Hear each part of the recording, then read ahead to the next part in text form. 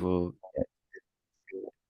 okay. Good morning, everyone. Today we're going to be doing a English functional skills writing session. We're going to be discussing communicate information, ideas, and opinions clearly, coherently, and objectively with write text of an appropriate level and detail.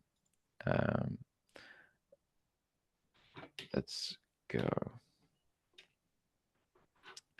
Okay, so a writing style. At level 2, you need to be able to adopt a style of writing appropriate for the task. This skill requires you to understand the audience and the purpose of the task. Um, yeah, I think you guys understand that. It's just saying it in a like funky way. It's basically just saying if you want to convey a message, think about who's going to be listening to it, and what the message is for, you know? So, what makes a text formal or informal? Um, does it say? So what is it you're trying to achieve? If you're applying for a job, you need a formal approach. Articles could be formal or informal depending on their purpose and the audience. Okay. Well, I mean, for example, I think the most obvious one, if you're texting your family, maybe you're just texting your friends, you're going to use informal language most of the time, most likely, right? Hey, how you doing? Are you okay? Yeah, I'm good, thank you. How are you? Stuff like this. Maybe if you were talking to your boss or your colleague, you would say, "Good morning. How are you doing today? I hope you're well." Maybe not exactly like that, but you're going to speak a little bit more formally because you're in your workplace, right? So I think generally people speak a little bit more formal. And then if you're like, if you're writing an email and this is like a job application, you're going to be very, very formal, aren't you? You're going to say, "Good morning, sir, ma'am, or madam. I hope you're doing well today. Blah, blah, blah," right? It's it's like it's finding the right balance of, okay, what's the purpose? How formal do I need to be? Um, and all of these things, purpose, audience, tone, these all are what makes something formal or informal. So yeah, audience, right? Like I said, if it was a family member, it's going to be informal, right? If you don't know the person or they are senior to you, then the text is more likely to be formal. Tone in formal writing may be emotional or humorous. Formal writing is more serious. All these like we'll get into like the like nitty-gritty of all these things. I'm just kind of making sure you guys all understand what each one of these means. Um, so tone is like, is he is he mocking something, in the text? Is he sad? Is it a sad tone of voice? Is it a melancholic tone of voice? Is it a um, optimistic tone of voice? Is it a pessimistic tone of voice? Uh, Andrea, do you know what optimistic and pessimistic mean? Of course, I don't know. Perfect. No worries. I was just wondering if I had to explain it or not. So language and grammar then. So informal writing is more conversational and may use slang, abbreviations, and contractions. Formal writing will be precise, correct, and to the point. Absolutely. So hasn't, informal writing would be has not, Has not. Yeah, right? So always the longer, unabbreviated form if you're trying to be formal. yeah, Okay. So difference between formal and informal writing, kind of what we just discussed. But I think if you want to, you can take a picture of it if you want. But I think most of it, I think you understand and will be common sense, you know. And all the other like small stuff, like use of first person and second person, versus pronouns is a bit different. Give me one moment. I think someone's struggling to join.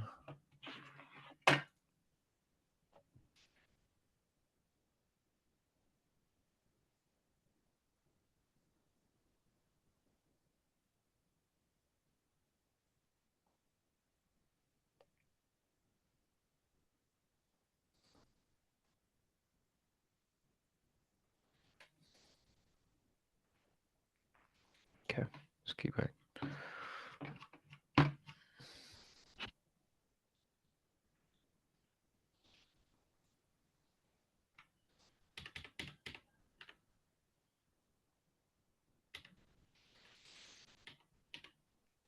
Okay. We're just gonna look at a few different tasks, and we're gonna see if they should be written in a formal tone or an informal tone. An email asking for a job application pack to be sent to you. Anything work related is going to be formal, isn't it? Yeah. An article for a local newsletter to persuade and encourage people in your area to take part in a litter pick. Formal or informal? Um, Honestly, it depends on how close you are with everyone in your local community and the general. It's dependent on a lot of things, honestly. But I think best bet if you're ever writing a newsletter, make it formal. Make it formal. A bunch of people are going to read it. You don't really know who's going to read it, and you want them to understand and think, okay, I actually want to do this thing. And they're more likely to do that with a formal approach if you don't know them. So an email to a friend asking them to join you for a weekend. It's a friendly Okay. email, but it's going to be informal. Completing an online form to complain about poor service in a restaurant, most likely formal, so you can provide accurate feedback. An email to your boss asking for time off work, again, work related, always formal. And then a comment on an online forum, informal or formal, whichever one. Um, yeah, I think you guys get that. That's just kind of basic, right? But it's like, what are the purpose of the articles and like what are the purpose of these letters or writing or document? Um, okay, so these are some of the breakdowns of like how to categorize formality in text. So, um, highly formal uses complex sentences, specialist words, like so if we're talking about um, like healthcare, right? They would use very specific healthcare terms like Latin words to explain bones and other organs and body parts, whereas, a non-trained professional would probably not use those and would use like, more well-known words. Impersonal language, meaning they wouldn't use pronouns essentially. So they wouldn't say I or we. They would they would never mention that. And it's a bit tricky to do that, but you have to kind of just like talk in a very certain way to not use any pronouns or I or we. So quite formal, similar language to the above, but room for some cliche and colloquialism depending on the subject matter and audience. For instance, a newspaper or newsletter article, a press release or announcement, a manual. So, Andrea, do you know what colloquialism means? Where is that love? So Love means. And cliche and and colloquialism. yeah. It's a very I long have word. an idea, but I don't know to explain. That's It's fine. like Okay, you go on. cliche, and I even can't pronounce this. Colloquialism. Sorry. Colloquialism. Colloquialism. Colloquialism. There we go. Yeah. There we go. Yeah, yeah, yeah. Um, Absolutely. Colloquialism. So, yeah. it So, what's cliche then? Let's start with that. What's cliche? If you just have to explain it, like, you don't have to give me like the dictionary definition. I just mean like, if I said, "Oh, that's really cliche," what would that mean to you, Andrea? is some is something like is used Mm-hmm. always in a certain way for certain things, which Yeah, yeah, yeah. someone is, yeah, like a cliche. I have an idea. I cannot explain the word. I need to No, go to to that's Google it. fine. But room from some cliche and colloquialism. Yeah, So colloquialism is output. Let me explain it. So it's a word or phrase that is not formal or literary and is used in ordinary or familiar conversations. So let me try to Ordinary. yeah, Yeah. basically normal stuff, right? So ain't is not or saying wasn't for was not, hadn't for had not. Um Basically just abbreviations of words, honestly. That have like come about over long periods of time of people speaking English. So depending on the Yeah. subject matter and audience, for instance, a newspaper or a newsletter article, press release or announcement or manual. Now, colloquialism is generally a more informal tone, but that's why it's like there's a room for some, not a lot. Now, quite informal, where the subject matter is less serious, but the audience requires an element of formality. For example, a newspaper or blog review, an advert or leaflet. Um, these are kind of hard to like explain without text, and examples. So I'm just gonna keep going. Um, yep. Level of formality changed heavily on subject matter and audience. I think we discussed that and we understand that. For example, a newsletter article about the rise in local crime should be formal than that of a newsletter film review. Look at these and decide which is more formal in the two scenarios. Okay, guys. So just literally just Andre, if I could just do this with you. An email Yeah. to a new boss about asking time off, or an email to your long-term boss. An email to your new boss about time off, or an email to your long-term boss asking about her holidays. Okay. First, if I have to write an email to my boss asking for some time off, I will write in formal way. Yeah, That is what you asking me, yeah? yeah, yeah, yeah. And long-term boss asking about her holidays. That mean I have to have a friendship relation with my boss asking about holidays. It's something personal. Right? Okay. In this case, I will write informal. Yep, Ask, absolutely. Well, so you're saying more informal than the other one, right? Like yeah, compared to this one, right? Because yeah, this yeah, one, yeah, new boss, got to be very formal. This one, long-term boss, asking about her holidays. You're absolutely right. There might be some kind of friendship there. yeah. Absolutely, And Andrea. Well done. Let's move on to the next one, okay? A forum comment on a new pop video, or a forum comment on an article about council tax rises. uh, a forum comment, first one, Hmm. Would that be formal or on a new informal? pop. I will do informal, depends. And the second one, about council tax rises and being an article, I will do formal, more formal.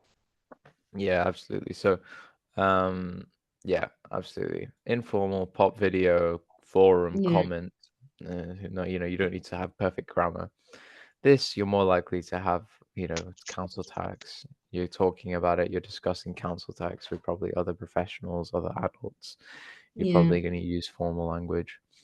Last one, text describing how to cook a lasagna, a text teaching kids how to cook cupcakes. This one's going to be way more formal. This one's going to be informal. Audience, yeah, kids. This one, there's no audience, but it's everyone, right? So when yeah, something is generally meant for everybody, it's gonna be formal. Like if it's like a formal. yeah, because everyone has to be able to understand it, and formal language is generally perceived in English as the clearest way of saying something. Because okay, I'm sure you guys have lived in the UK now for a little bit, and I'm sure because if a few of you live in Manchester or up north, you guys have encountered probably some people with some pretty interesting accents and dialects, right? Where Yeah, they will say words which Yeah, maybe okay. you don't Guys, understand, you or they'll don't mind. pronounce stuff. Oh, sorry, that's Fatu. You saying Ah, something? oh, sorry. It's fine. Don't worry. Please, I was about to ask that is it English that we are doing or maths? Because the link was sent on maths group. Yeah. So I don't know. I can see Oh, now we are doing English, so oh, I'm a sorry. bit confused. Did I send the? Hold on one second. Yes.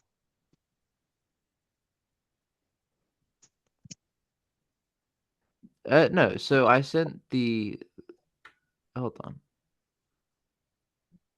Latifatu, you texted on the maths group chat. Yes, because I was expecting that we are going to do maths, but now I can see that we are doing English, so I am a bit confused here. I think Latifatu, you texted, right? And then I did the maths already. So I'd sent the link to the maths in the maths group chat, and then you must have clicked the English one because as soon as I started this session, you joined. So I think Oh, you clicked the wrong one. then it's my mistake. It's my fault. Don't worry, don't worry. I think just next time, Yeah, just the English the math sessions are always first, okay? because And I then the am English. not on English group again, so I don't know why. Okay. I think it's because you finished the English um qualification, if I'm not sure. Yes, That's probably yes, why. I finished left with. I need to go and collect my certificates, but I Yeah, haven't. okay. No worries. Well, yeah, this is the English Latifatu, so it's up to you if you want to stay or not if you've already completed. Okay, But since I am on, let's finish for today. yep, So yeah, thank you. Thank no you so worries. much. Take I'm care. sorry for that wrong. Don't apologize. Don't worry. It's fine. No worries. Thank you Take so care. much. All right. Bye bye. Okay. So apologies for that, guys. So tone, choosing your tone, serious or fun, optimistic or pessimistic, sarcastic or genuine. Andrea, any of those words you don't know? No, I Yeah, right. know. I think you know all those, right? So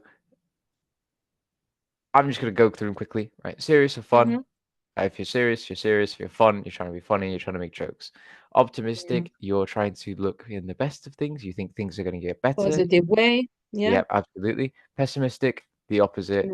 You're Yeah, gloomy. negative. You don't believe Yeah. things are going to go well. You think things are going to go bad, and Yes. you think everything's going to go bad.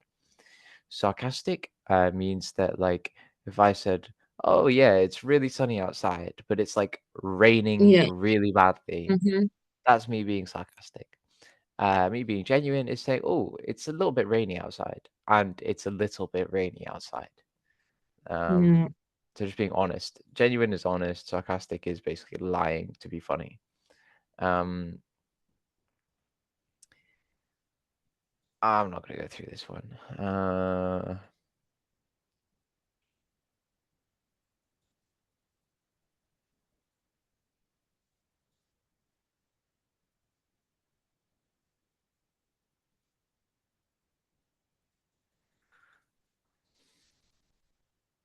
Okay. When should you use an informal style? Informal. Yeah, when should you use it? It's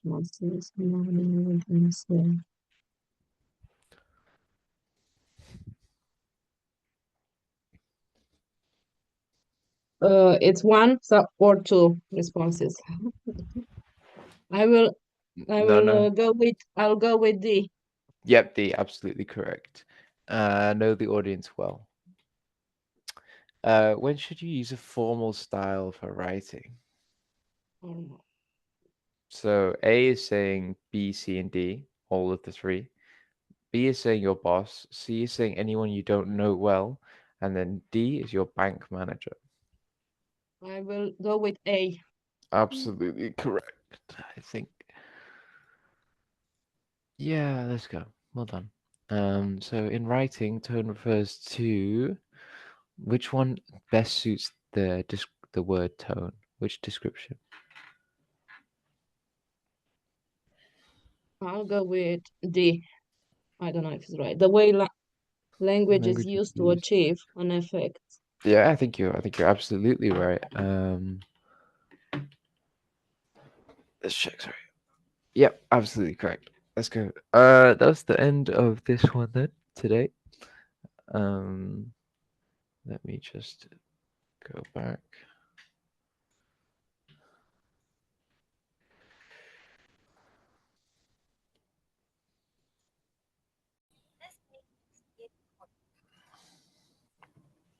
All right, guys. So now we're going to be doing conveying clear meaning in our writing, right? By using organizational features effectively.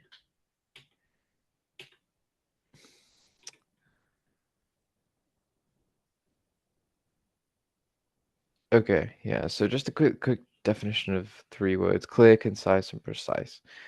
Clear, I think everyone understands what that means. Concise, it means being kind of to the point, right? Don't yap too much, essentially. Don't, say a lot of things. Concise means what's your point? Say it, leave it, that's it. You don't need to say anything more. Precise means saying exactly what is meant. Um, so sometimes being precise doesn't mean that it's concise, you know, because sometimes you have to explain things in a lot of detail to fully explain the picture. And you want to be precise, so you have to get every detail right. That's what being precise means. So how do we write clearly, right? How was the best way of writing clearly? So avoiding vague language, having clear structure, and using punctuation and grammar accurately. Now, vague language, how would I describe it?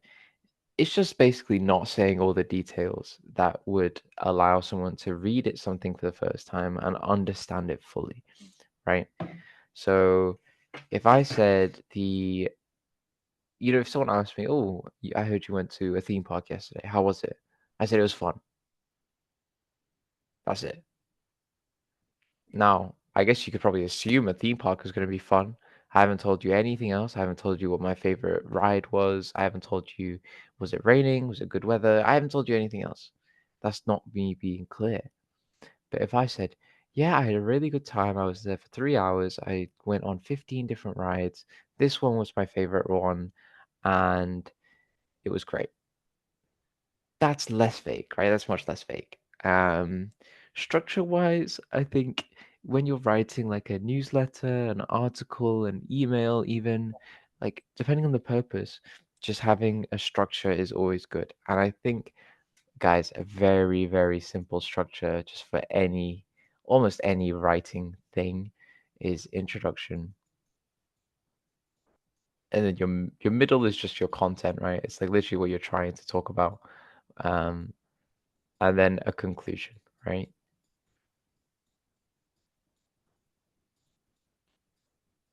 Always the case. Not always case, but like I think if you're ever like lost and you don't know which one to do, generally just follow that kind of method, right? Um, when I'm doing anything, or when I'm writing an email, or I'm writing even a message to the group chat, right? The way I'll frame it is the introduction will be introducing what I'm about to discuss, okay? So you're not supposed, for example, right? I think a few of you guys have done the SLC or are going to do the SLC, right? In the SLC, we had a section where we did the pros and cons of different things, right? Um, Now we would discuss if that was made into if I had to write that out, right? If it so I think Andrea, the one we had was, Yeah, is it better to go on an exciting holiday or a relaxing adventure? That was your discussion topic, wasn't it? yeah. Oh, sorry, you haven't done it yet. Sorry. Okay, sorry. No, Um, sorry, apologies. Ramissa, I think that's gonna be yours on the Tuesday, isn't it? Or the Thursday. The Thursday, sorry. Um, but let me just explain. So hypothetically, if we had relaxing holiday versus exciting adventures, right? And we had to write an essay or a document to kind of discuss this, right? The introduction, I would go with something like, um, in this article, I'm going to be discussing the benefits and the negatives of a relaxing holiday and an exciting adventure, what makes them good and what makes them bad, and then which one you should decide. That would be my introduction, right? I think you guys are all now introduced to the topic. You understand what the rest of the document's going to be about, and then hopefully you're interested, because I'm guessing you want to find out which one's better. Guys, if you just give me one moment, I'll be right back.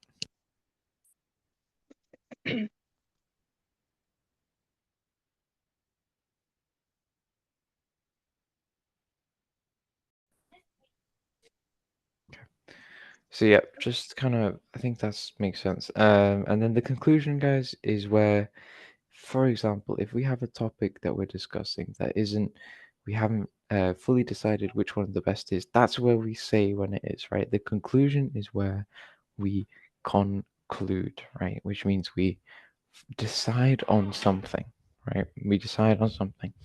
So if we're discussing if two things are better, the conclusion is where we say, okay, everything has its pros and cons, both are good options, but this one is better, you know? Or blah, blah, blah. There are complex reasons why each one might benefit someone, but I think in general, this one is better. That's a typical conclusion type of conclusion.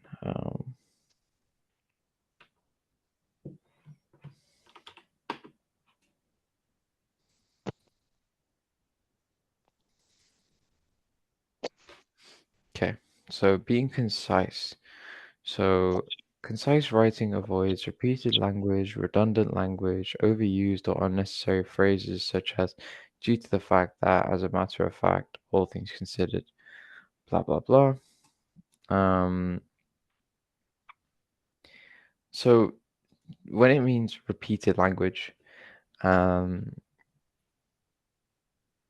you just don't need to say the same stuff twice in like a paragraph or a sentence, essentially, and just making sure that every time you write, you're being you're saying something new essentially, and it's a valuable piece of information.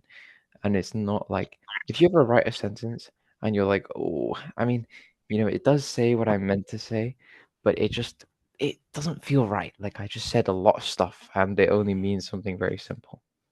That means you're not being concise. Um, and it can be tricky. It can be tricky sometimes. So if sometimes you have too many words that you're like, oh, it's a lot of words, but I still made my point. It's okay. It's okay, honestly. Sometimes you have to go and say a few things just to get across a very easy point. But it just happens. It's fine. Don't worry about it if you ever do it in the test. Um, so look at this paragraph about a new Indian food business venture. Which paragraph is the most concise and why is that? I'll let you guys just have a look at it. Let me know what you think and which one you decide.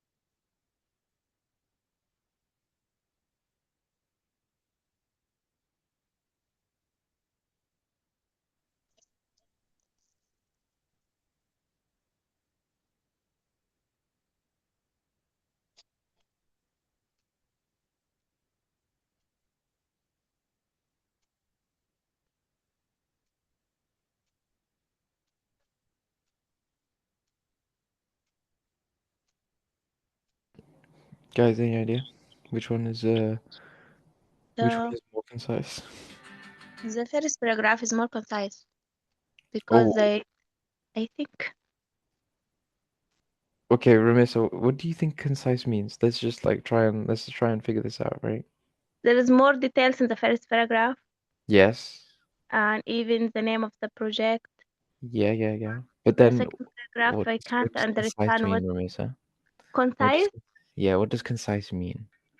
Concise, it's more clear, more details, more. No, Yeah, no, no, everyone no. can Sorry. understand. No, no. So concise, right? Sorry, I didn't mean to interrupt you, but concise means it's not more detailed. It's actually the opposite essentially. It's just the very essential information is given. Okay, so there's Oh, no. It's okay, don't worry. But yes. you were right, right? Your observations were right. The first paragraph does give much more detail. Okay, Yeah. so now I'm gonna ask you again. Okay, now that you know what concise means, which one do you think is more concise, the first one or the second one? The first one? Okay, sorry, hold on. Okay, hold on. So let's have a look, right? Concise means generally, Ramisa, concise. General. No, no, no. Concise means that it's like it's the quickest and the shortest way of explaining that thing. Okay? So if I wanted to Uh-huh. tell you the sky is blue, okay? I could say the sky is blue. That's very concise, it's very quick, it says everything. But if I looked up and I said, today the sky is looking like a turquoise, with later it might be looking a bit more orange, and then but with nighttime it'll look like, black.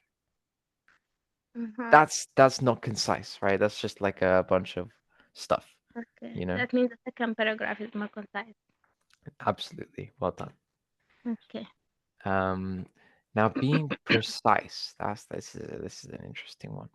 So saying exactly what you mean, and it is direct. If you can use one word instead of a lengthy phrase, then do so. So this is also being concise, right? So if you can use one word instead of a lengthy phrase, you're being concise. But I think generally when you're being precise, you want to be concise. Now, guys, I know these two words, right? I don't know, they can be quite confusing for people who try and learn it.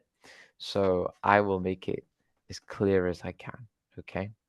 So if I was playing, I'm not going to use that as an analogy. Okay. Um, let's look at this. Okay, Ramissa, I'm going to ask you to do it again. Okay, just have a look. Tell me what you think. Okay, and I'll let you know. Guys, everyone else is more than welcome to. Also, just let me know which one you think is going to be more precise.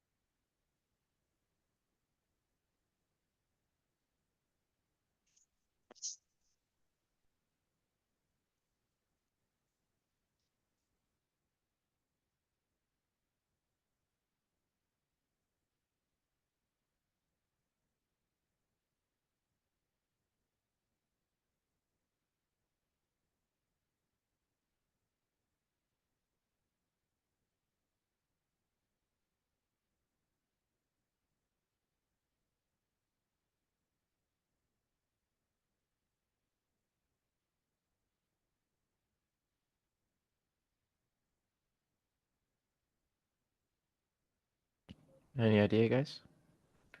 Yeah, the first paragraph is more precise. Okay, let's have a look. In my spare time, I like to go running. It's a good hobby for lots of reasons. You burn calories and keep fit. If you're sociable, you can join a club and run with others. You can run whenever you like, and the only thing you need is a pair of decent trainers. Running is an ideal hobby. Sure. In my spare time, I like to go get some decent exercise and go running. It's a good hobby for 101 reasons. You're active and keeping fit, which means you burn calories, improve your health. Yeah, absolutely. Now tell me why, Ramissa, you think it's more Was precise. it What? direct? Yes, yes, definitely. Yeah. Just because no, that's true. That's I agree, right? Look, it says exactly the same thing with less Yes. words, right?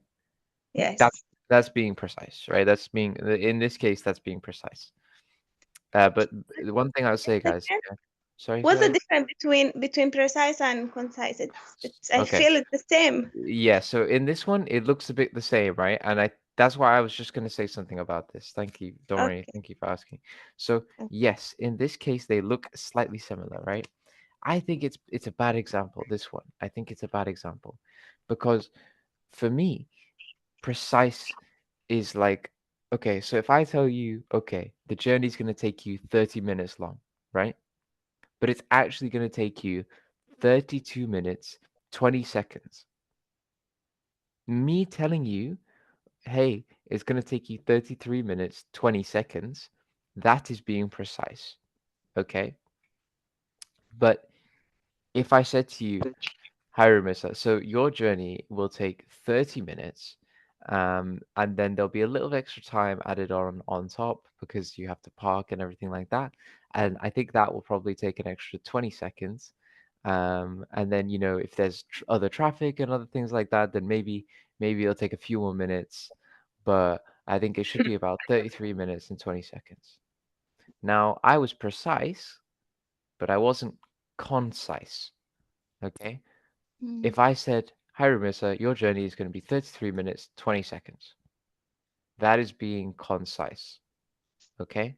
So, concise meaning quick, very clear, very straight to the point, very straight to the point. Precise means that you get all the information. Okay. So, you're told everything you need to know, and it is correct. Okay.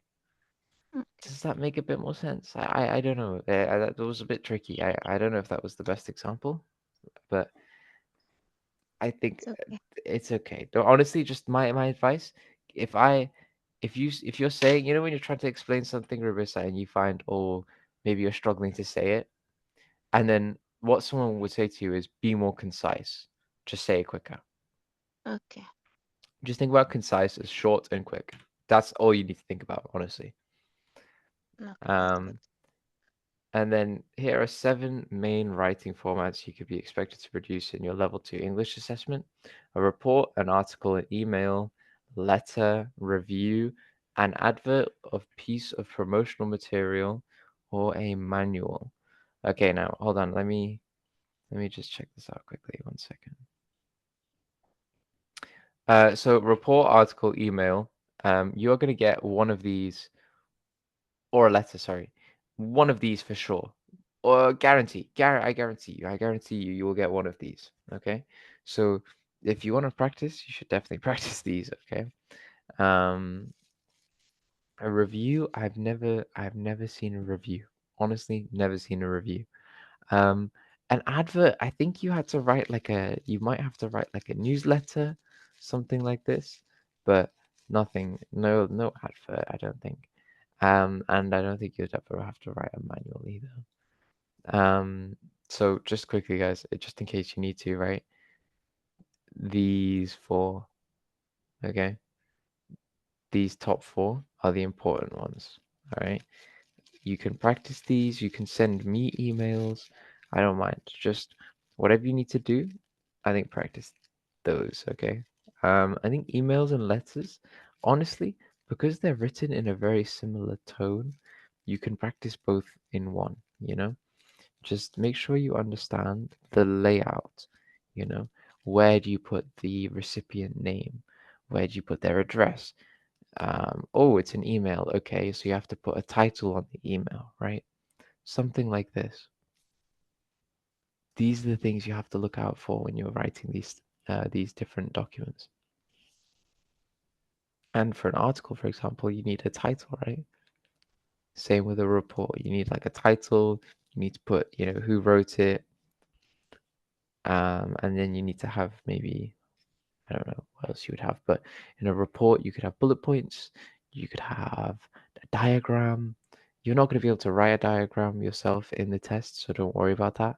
But bullet points, most definitely. So if you're not comfortable using bullet points, I would practice that as well for sure. Plan your work, just how I said, like you have an intro, middle, and conclusion. Um, Plan it out like this. So what's going to be your intro? What's going to be your middle? What's going to be your conclusion?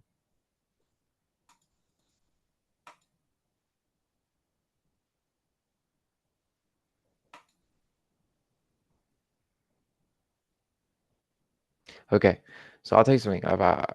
You don't need to read all this, right? Let me just tell you something about the length. So, when you get to the writing test, right, there's two documents you're going to be asked to write. Okay, two documents you're going to be asked to write. Now, those two are randomly given to you. We don't know which ones you get, right? But in one of them, they always tell you the word count. Okay, so they'll say 250 to 350 words. Okay. Now, for that, you must do 250 words minimum, okay? Now, I think you can go over by a little bit and be under by a little bit, but my advice, you want to type 250 words, okay? And then for the other, like writing one, you are probably going to be expected to write at least 200 words, okay? So you need to write 450 words. And guys, honestly, best practice for this is the writing tests online, the sample ones. Definitely check them out. They're very, very good practice, and I think the best way to prepare for the test. So, just a quick one also, you should take a screenshot of this.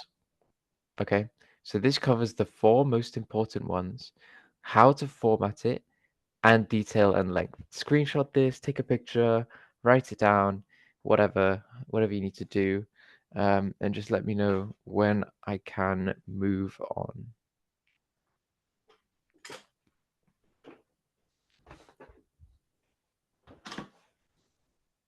And if there's anything else anyone doesn't understand about this, just ask me, because I think my advice would be, I don't need to really explain this. I think my advice would be you just need to learn it.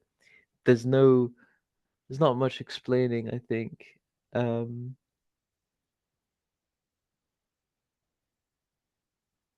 Also, maybe look at like Google what an article looks like, what an email looks like, what a report looks like, what a letter looks like. NCFE should have them online somewhere. So if you search NCFE email, something like this, you should find something.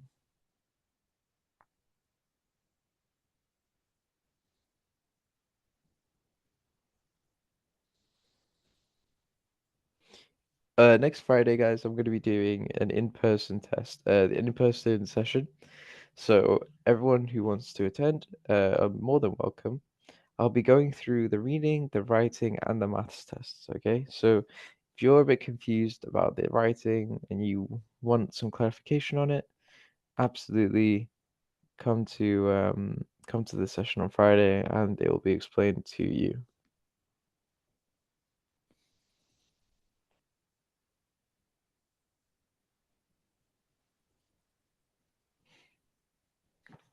All right, I'm going to continue now. Okay. You can take a picture of this as well if you want to understand what goes where, and which is needed for each individual type of document.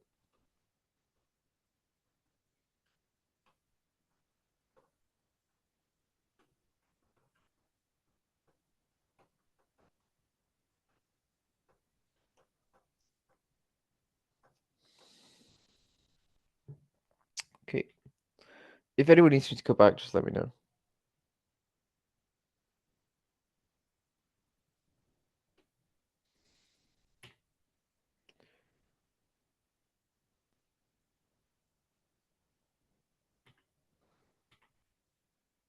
Okay. Little quiz, guys. We're gonna just do one or two questions. So, what is clear writing? Writing that is formatted correctly, writing that is spelled correctly, writing that is easy to understand, or A, B, and C.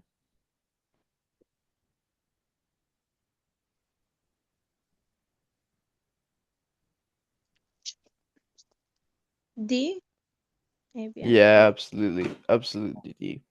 Everything above. I'm gonna just skip a few. Okay. Which of the following texts must have a headline?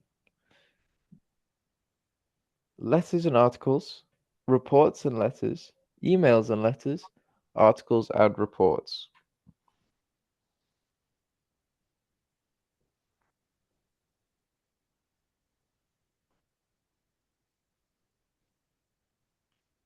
I think D. Yeah, absolutely. Yeah, D. Letters don't have a headline. Sorry, letters don't have a headline. Emails and articles and reports do though. You are writing a formal letter to Mr. Omar. What should the close be? Ah, okay. So you know when you're signing off, right, on a letter or an email, you'll say, thanks or something like this, right? Which one would you pick if you're writing a formal letter? Formal letter. Which one would you pick?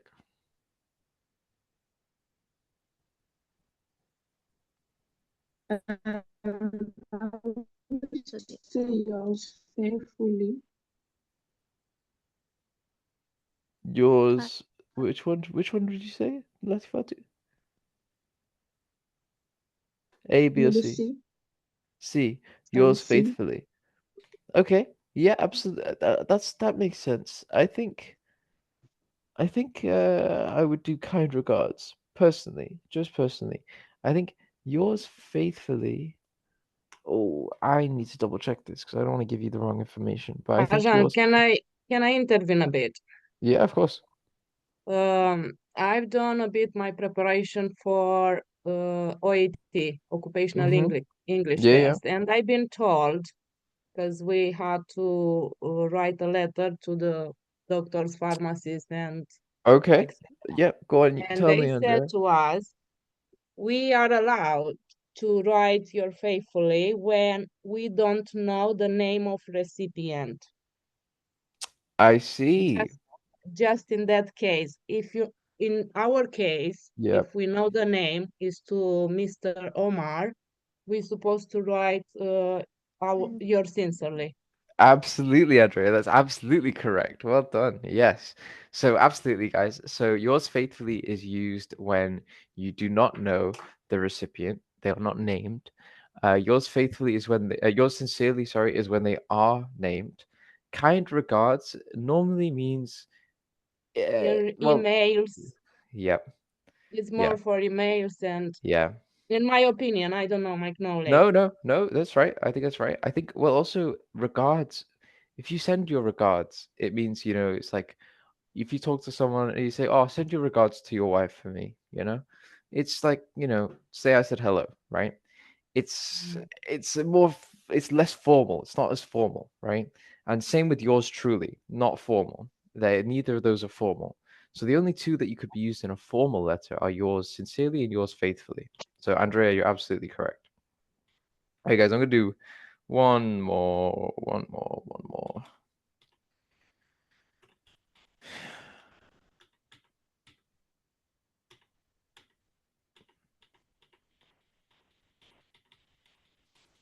Okay, I think that's actually it.